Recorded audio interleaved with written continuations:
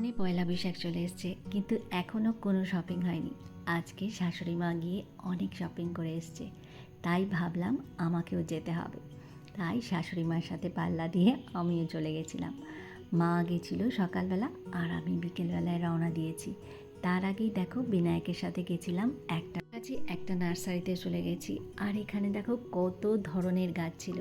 জবা গাছ তো অনেক রকম, তার সাথে পেয়ারা গাছ, আর পেয়ারা গাছে জানো সুন্দর সুন্দর বোলও এসেছে। মানে এত ছোট গাছে আর বোল চলে এসছে, তার মানে এগুলো টবেও লাগানো যাবে। আর দেখো এখানে অনেক অনেক ধরনের ভ্যারাইটি ছিল, কিন্তু দামটা একটুখানি বেশি চাইছিল। আর এইদিকে আমাকে আবার বাড়ি গিয়ে রেডি হতে হবে, কারণ শপিংয়ে তো যেতে হবে। আর যেহেতু পয়লা বৈশাখ আসছে, এখনও কিচ্ছু শপিং করা হয়নি। এখানে দেখো বাম্বু ট্রিগুলো দেখতে কত সুন্দর লাগছে, আর অনেক অনেক ভ্যারাইটি ছিল। সত্যি বলতে একদিনে শেষ করা যাবে না, বাগানটা মানে এত বড় ছিল। লোক আমাদের কিন্তু অনেকটা লেট হয়ে যাবে, এই জন্য তাড়াহুড়ো করে আমি আর বিনায়ক চলে গেলাম বাড়িতে। আর সেখানে গিয়ে দেখি মা কত কত বাজার করে নিয়ে এসছে। দেখো কত সুন্দর সুন্দর শাড়ি কিনেছে, একটা লাল সাদার মধ্যে। আমার কিন্তু লাল সাদা খুবই ভালো লাগে, আর মা কিন্তু বেশিরভাগই লাল আর সাদার মধ্যেই কেনে। অন্য কালার যেন কিনতেই যায় না, মার যেন সবসময় লাল আর সাদাই ভালো লাগে। আর এইদিকে দেখো কতগুলো ছাপা শাড়ি কিনেছে, সবকটা শাড়িই কিন্তু খুব সুন্দর হয়েছে। আর মা যেই শাড়িটাই পরুক না কেন সেটাই খুবই ভালো লাগে। আর এইদিকে দেখো গরমকাল এসেছে বলে অনেকগুলো ছাপা শাড়ি কিনেছে, আর ছাপা শাড়িগুলোও কিন্তু খুবই সুন্দর লাগছে দেখতে। এগুলো হচ্ছে মলমল, আর গরমের মধ্যে এই শাড়ি পরলে একদম কমফোর্টেবল লাগে। আর এখন যে হারে জিনিসের দাম বেড়েছে, মানে কম দামে কিছুই পাওয়া যায় না। মানে 500-র নিচে শাড়ি কিনতে গেলে একদমই ভালো হয় না। তো এবার চোখ খোলো। চোখ বন্ধ করেছো?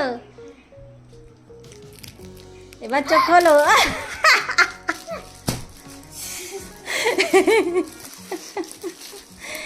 হ্যাপি? যাই হোক, আমিও তাড়াতাড়ি বেরিয়ে পড়লাম। তাড়াতাড়ি মানে দুপুরবেলায় বেরিয়ে পড়েছি, যেহেতু এখন ঈদের সময় অনেকটাই ভিড় থাকবে মার্কেটে। এই জন্য ভাবলাম বেলা করেই যেতে হবে, এতে করে অনেকটা ফ্রিলি কেনাকাটা করা যাবে। আর দেখতেই পাচ্ছ অনেক দিন বাদে ট্রেনে করে যাচ্ছি, আর অনেক মাস বাদে আমার ট্রেনে চড়া হচ্ছে। যাওয়ার সময় প্ল্যান করতে করতে যাচ্ছিলাম যে কী কী জিনিস কিনবো। আর দেখো ওখানে গিয়ে তো একদমই ভুলে যাই, মানে কিছুই মনে থাকে না যখন দোকানের কাছে যাই। আর ভেবেছি এবার কয়েকটা শাড়ি কিনতে হবে। আর দেখো দোকানে গিয়েই একদম সবার প্রথমে শাড়ির উপর হামলে পড়েছি। আর আমি ভেবেছি এবার কোনো নর্মাল শাড়ি নেব না, যদি নেই তাহলে একটা ভালো শাড়িই নেব। আর দেখো এই শাড়িটা কিন্তু আমার দেখে এত ভালো লেগেছে যে কি বলবো। শাড়িটার প্রতি এত লেগে গেছে যে শাড়িটার মায়া যেন আর ছাড়তেই পারছি না। যাই হোক, ভাবলাম কয়েকটা শাড়ি দেখে নিই তারপরেই কিনবো, কারণ আগে থেকে ডিসাইড করাটা ঠিক হবে না যদি আরও ভালো বেটার পেয়ে যাই। তো সবগুলোই আমি ট্রায়াল দিচ্ছিলাম। যখন কোনো ফ্রেন্ডের সাথে শাড়ি কিনতে যাই তখন মনে হয় এত এত ভাল লাগে সবগুলোই নিয়ে নিই। আর যখন নিজে একা যাই তখন একটা শাড়িও পছন্দ করতে পারি না।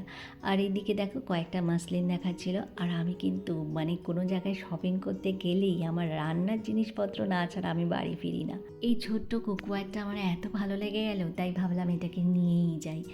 তো অনেকগুলো জিনিস কিনেছিলাম, তার মধ্যে কতগুলো জুয়েলারিও কেনা হয়ে গেছে। এখানে দেখো একটা চেন, খুবই সুন্দর একটা চেন কিনেছি যাতে রাফ ইউজ করতে পারি। আর দুটো চুড়ি কিনেছি, সেটাও খুবই সুন্দর ছিল। আর দেখো সব সময়ের জন্য তো গোল্ডের জুয়েলারি পরে বাইরে যাওয়া যায় না, এই জন্য ভাবলাম রাফ ইউজের জন্য কয়েকটা জিনিস কিনে নিই। যাই হোক, তোমাদের আমার ব্লগগুলো কীরকম লাগে অবশ্যই কমেন্ট করে জানিও। আবারও তোমাদের সাথে দেখা হচ্ছে অন্য একটা ব্লগে। তো আজকের জন্য tata, bye bye and take care.